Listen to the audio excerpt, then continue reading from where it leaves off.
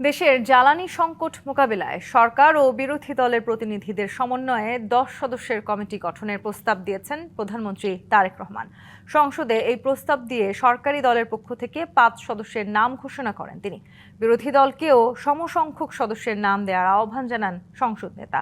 এদিকে কৃষি খাতে সেচ কার্যক্রমে বিদ্যুৎ সরবরাহ সচল রাখতে রাজধানীতে দিনে 110 মেগাওয়াট লোডশেডিংয়ের সিদ্ধান্ত নিয়েছে সরকার।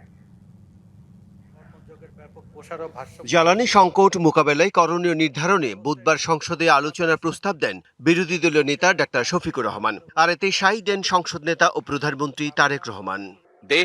এবং দেশের মানুষের স্বার্থের ব্যাপারে কেউ কোনো প্রস্তাবনা দেন, বাংলাদেশ জাতীয়তাবাদী দল সকল সময় প্রস্তুত সেই বিষয়ে আলোচনা করার। বৃহস্পতিবার বিকেলে স্পিকার হাফিজউদ্দিন আহমদ বীর বিক্রমের সভাপতিত্বে অধিবেশন শুরু হলে কমিটি গঠনের জন্য সরকারের পক্ষ থেকে 5 সদস্যের নাম ঘোষণা করেন প্রধানমন্ত্রী। বিরোধী দলকেও 5 সদস্যের তালিকা দেওয়ার আহ্বান জানান। আমরা সিদ্ধান্ত গ্রহণ করেছি যে আমরা আমাদের পক্ষ থেকে 5 সদস্যের একটি কমিটি গঠন করছি।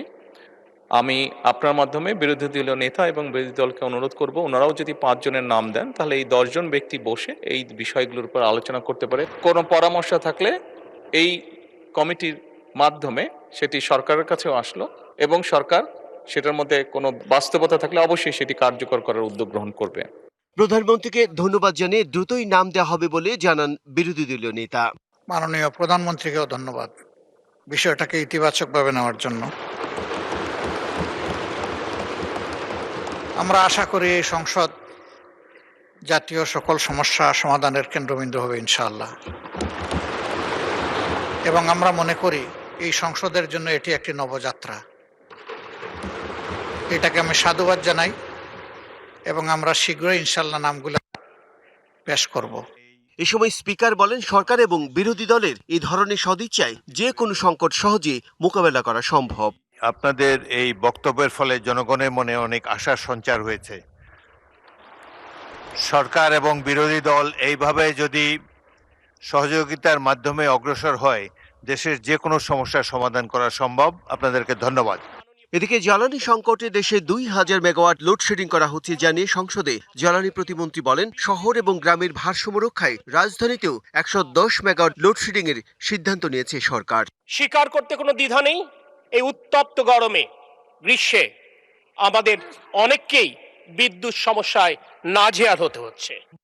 সর্বোচ্চ যে চাহিদা ছিল সেই চাহিদার প্রায় 16,000 মেগাওয়াট, তার বিপরীতে গতকাল আমরা বিদ্যুৎ উৎপাদন করতে সক্ষম হয়েছি 14,126.35 মেগাওয়াট, অর্থাৎ আমাদেরকে 2086 মেগাওয়াট লোডশেডিং করতে বাধ্য হতে হয়েছে।